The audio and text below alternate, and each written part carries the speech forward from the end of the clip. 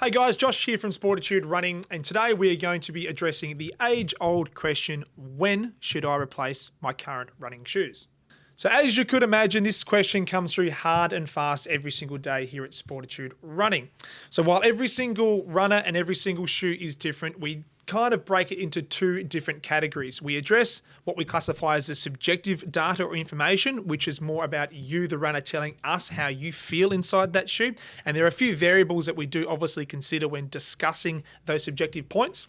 The other thing we like to address is the objective points, which is more around the wear pattern of a shoe. So looking at the key features of your shoe, the outsole, the midsole, how the upper is holding up, and address those key factors when we're looking at those objective data points. And if you are one that does track your mileage and uses that fantastic tool on Strava, which does collect and accumulate your mileage in one specific shoe, we can always use that as a reference point as well. While it is a general sort of terminology given to how long shoes should last, because everyone is totally different in regards to their weight, their stripe pattern, and the surfaces they're using them on. And also you need to consider how frequent are we using these shoes as well. So while we use that information with a grain of salt, it does give us a bit of a guideline when we're looking at those objective data points as well. Okay.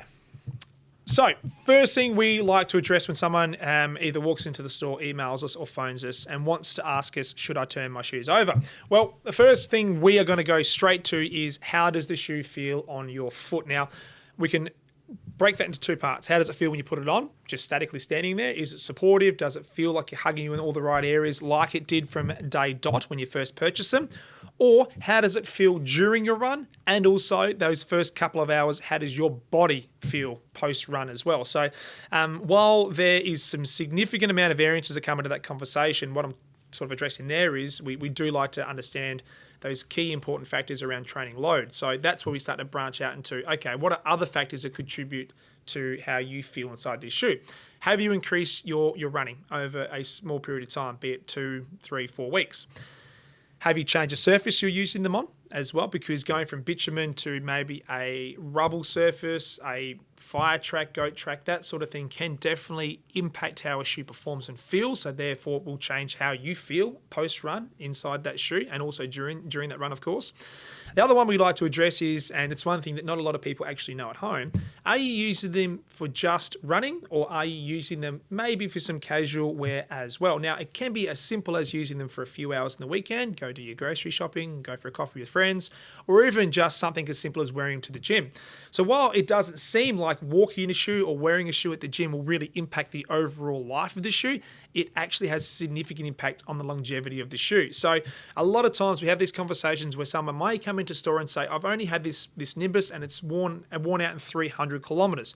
That may be true. You've used it for 300 kilometers worth of running. However, we may dial deeper into the conversation and find out that we use them 3 times a week for an average of 2.5 hours a day outside of my running. So therefore, even by standing and walking in them, we do compress that midsole, and over time, the midsole does wear it a little bit faster. So the perfect world, obviously, you'd have your running shoe and you'd isolate it just for running. And look, the reality is we can't all do that. We understand that. But just know that if you do wear them casually or happen to use them in the gym for some light exercise, it will impact the overall life expectancy of that foam. So in summarising that quick sort of subjective data piece, is the shoe comfortable? So put it on your foot at home, use your preferred running socks. Don't just have a business sock on your foot and expect the shoe to feel the same as what it does with your favourite running sock. So assess the fit and feel in regards to overall comfort. How does it feel during your run? Are you noticing it to be as cushioned, as supportive as what you have previously found? And how have you recovered inside that shoe? So, meaning post-run, am I feeling a little bit sore in the feet, the heel, the Achilles or calf, the soleus, those sort of areas, sort of lower limb that we sort of ask a lot of questions around how the foot actually feels post-run are really, really important with regards to whether we think we need to look at another shoe. Now, it could be updating the current one or obviously looking at different models. That's a whole different topic of discussion. So just addressing the really key fact, how does the shoe feel? Without running, while running, and post-run. Ask yourself those questions and then see if we need to take the conversation further.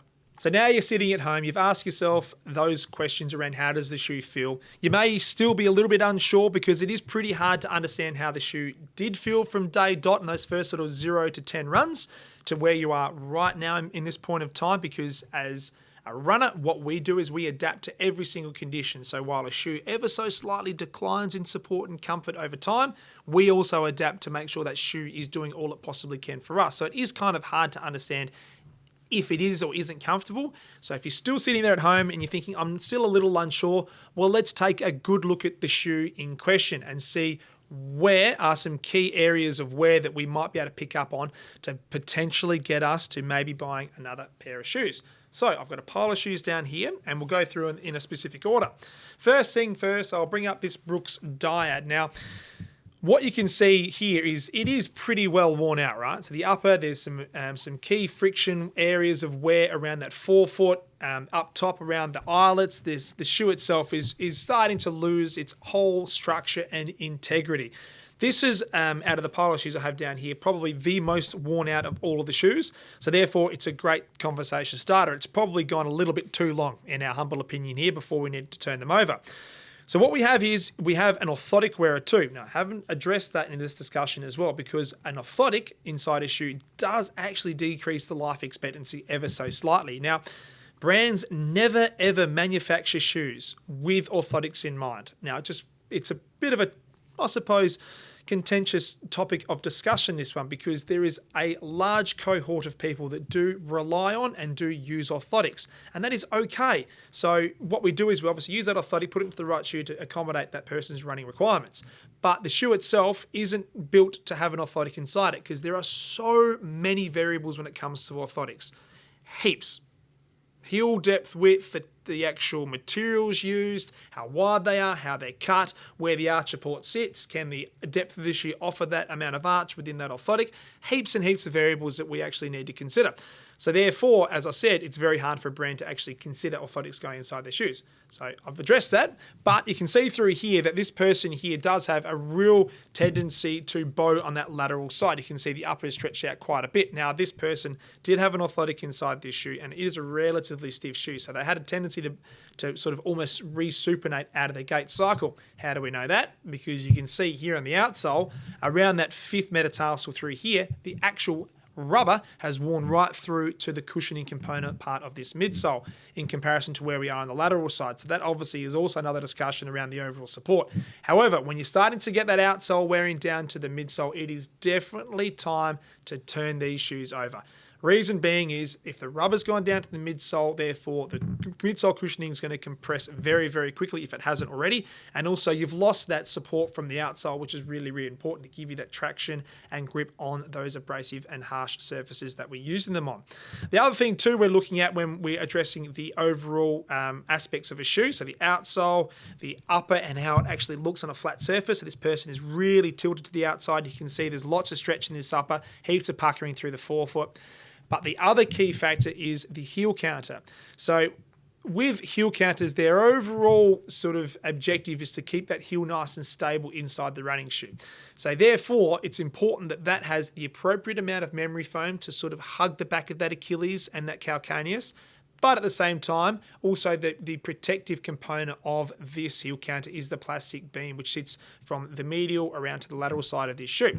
Now, I can tell you straight away, if you're looking at your shoes at home and you're having a bit of a touch and a feel around the internal collar through here, if you can feel that plastic on the inside of your shoe up high around where the padding should be, then generally speaking, that memory foam is compressed right back and we've lost that amount of protection and comfort at the back of the shoe. And again, it's pretty hard to pick that up until you really dial in and have a good hard look at what that is doing inside the heel counter as well. So that's another key factor. How is that foam held up around the inside of that heel collar? Is it too worn down? Is there enough support and cushioning there as well? Okay, so this is the really obvious one. The Dyad is completely worn through, well past its use by date, and I wouldn't even use this for mowing the lawns. The outsole is worn down to the midsole. You can see the upper has way too much stretch, so therefore the forefoot would not have the support and stability it requires. And also the heel collar has compressed right down to that plastic internal heel counter.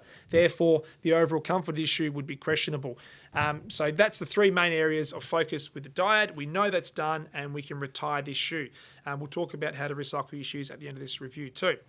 So therefore, how do we then look at a shoe that doesn't look too bad? 1080 version 11 in my hand here. I've grabbed this out of one of the staff members' lockers downstairs.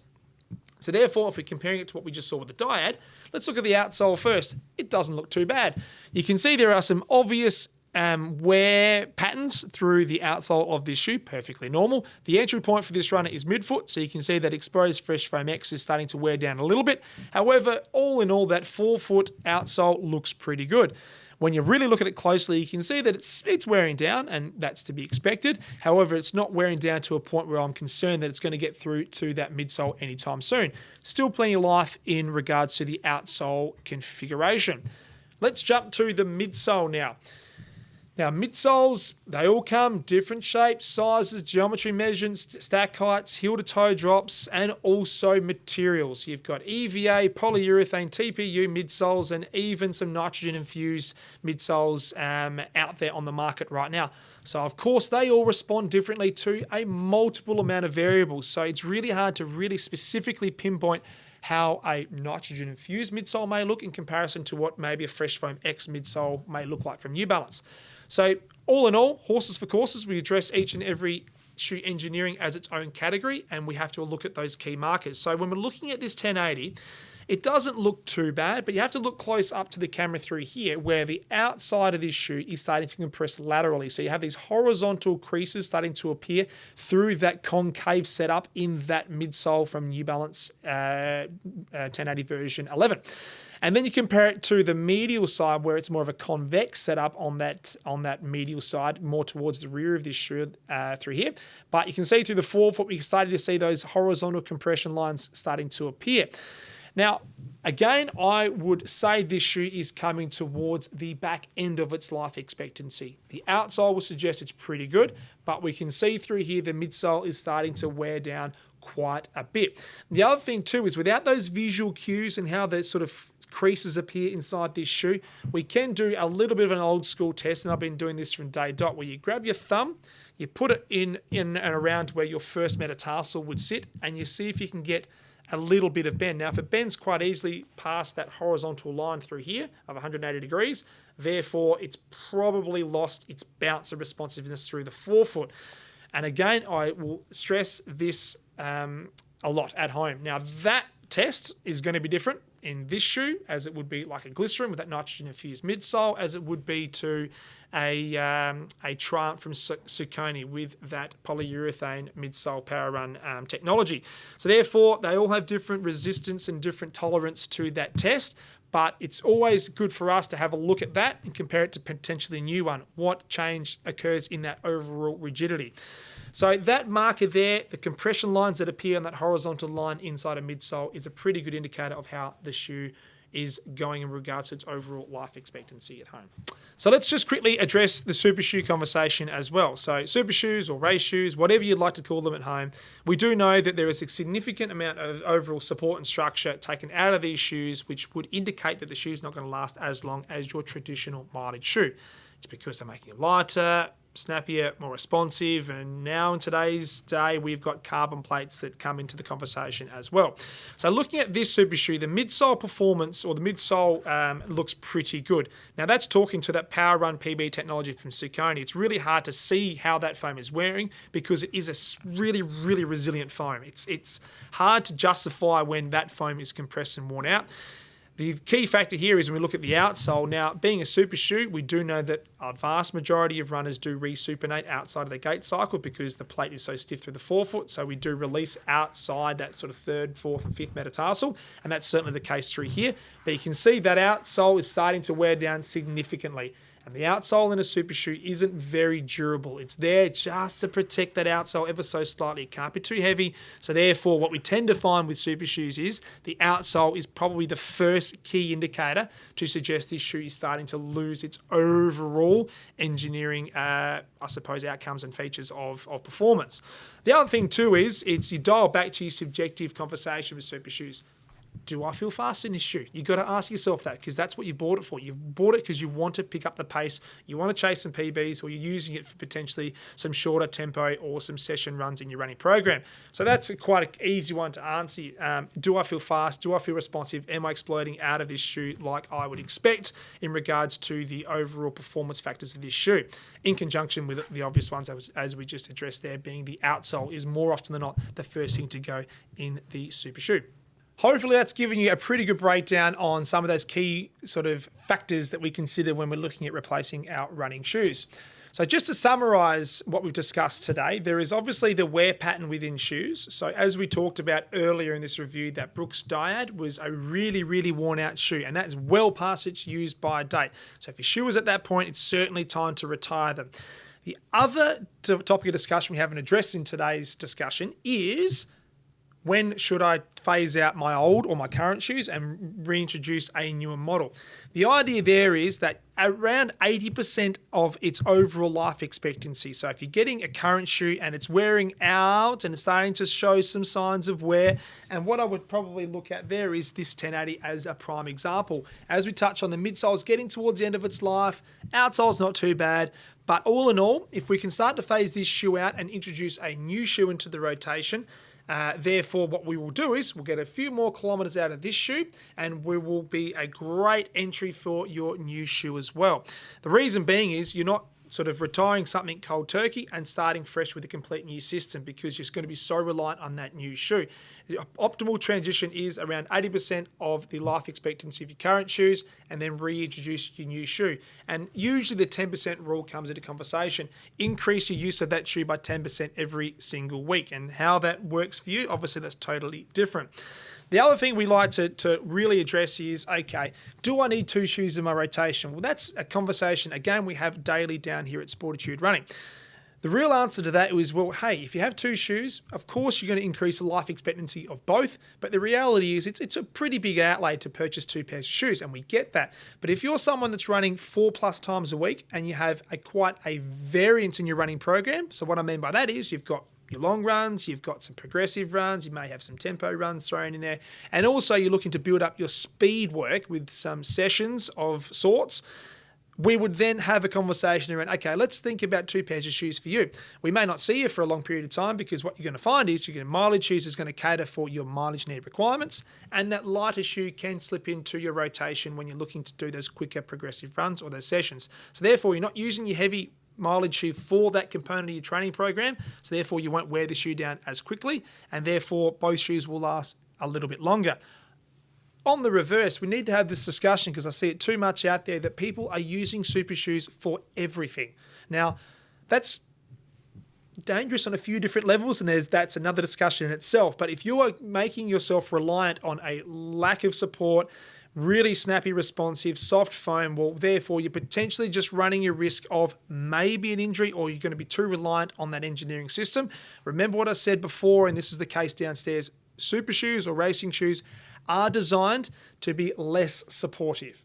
Components are taken out to make them lighter, and therefore you're going to find that you're going to move around quite a bit inside them, but that is the whole objective with that shoe. It's to increase the velocity of movement from landing to mid-stance to transition and snap release out of your gait cycle. So therefore, if you keep putting yourself in that shoe, you are not building up the appropriate tolerance that your body requires to be a strong, sustainable, and we could say longevity with your overall running.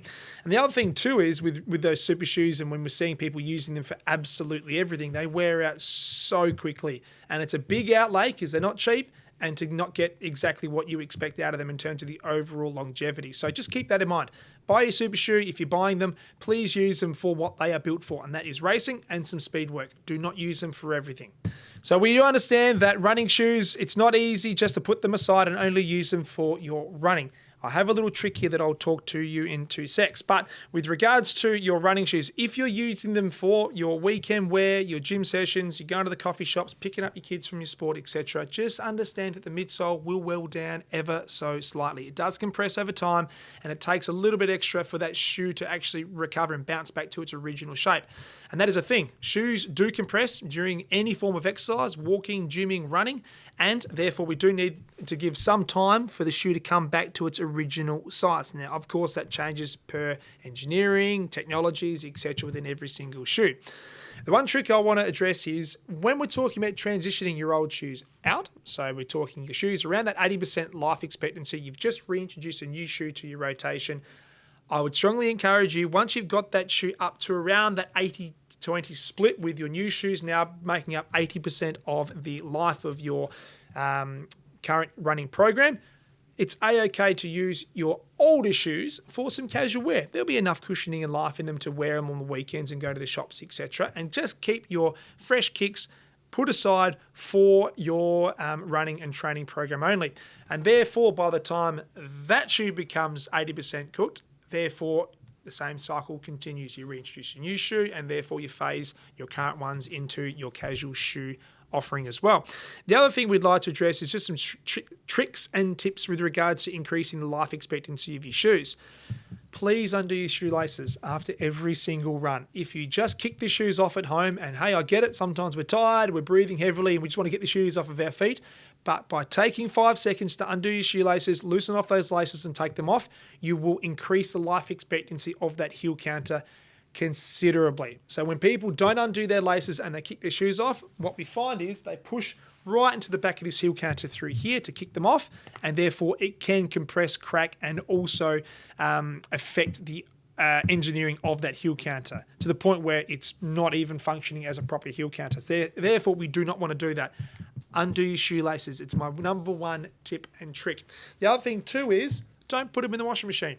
I know that's a contentious issue because a lot of people go, how do I clean my shoes? Well, by putting them in the washing machine, the stitching, the engineered mesh, the jacquard mesh, if it's soaked in water for too long, it becomes quite soft. Therefore, when it dries, it can become brittle because the engineering in uppers is designed to be light, breathable, and compliant. So if therefore you're playing around with how that actual structure works, you may impact the overall performance, thus the longevity of that upper as well.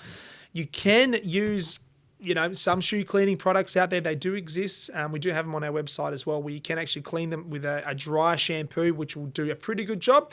However, please do not put them in the washing machine. The other thing too is when you've used them in the middle of winter, and we're coming to those months now here in Australia where there's going to be a lot of rain, a lot of water around, try not to put your shoes in front of a fire or a dryer. The reason being is once they go from being wet to drying really, really quickly, you run the risk of the upper itself shrinking a little bit and also becoming quite brittle. So try to put them in a relatively dry climate, room temperature, and yes, it will take a little bit longer for them to dry. Or alternatively, if you have access to paper towels, grab a lot of paper towels and stuff them inside the shoe. What that'll do is that paper towel will absorb the moisture and speed up that drying out process for you. The other thing too is with drying your shoes, I strongly recommend taking out your sock liner or your orthotic if you're using one. Take it out and either put it next to the shoe or stack it up inside the shoe like so. Sweat catchers, glorified sweat catchers is what a sock liner is to a lot of people. Obviously, they do provide a bit of comfort, not cushioning, but a little bit of comfort and protection from the overall strobe board and midsole of this shoe. But they do collect a lot of moisture. So by taking it out of the shoe, either placing it next to it, as I said, or placing it in the heel counter will allow the shoe to dry out a little bit quicker and also rid the shoe itself of all those nasty odors that can appear with regards to drying out your running shoes. So that was part one of today's discussion in and around what key factors we consider when changing your shoes. Part two is what shoe to look for. And that's the fun part of most of the discussion. And to be honest, that's pretty much why Sportitude Running exists. We are here to solve that problem for you, the running community out there. We've come from X and we're looking to go to Y. What is that? What are we looking for? And where can we make some subtle improvements with our overall shoe selection? Because the one constant variable in this industry, every single 12 months, shoes do change. And sometimes it's minor changes from one model to the next, and sometimes it's significant changes. Nimbus 25, for example, we know from 24 to 25, huge change. So therefore, we need to take into consideration a whole heap of discussion points to point you in the right direction. And that's what part two is going to be about. So guys, I hope you're taking away quite a bit of information. I know it's been a lot of information overload, but any questions, comments, or queries, or if you've got some tips at home that we haven't covered today with regards to how you pick up your shoes life expectancy or when you think about turning them over, let us know in the comment section below. We love to hear from you, the entire running community all around the world. And until next time, guys, stay safe, be kind to one another. Make sure you're turning your shoes over at the right time, and we'll see you out on the road. Take care.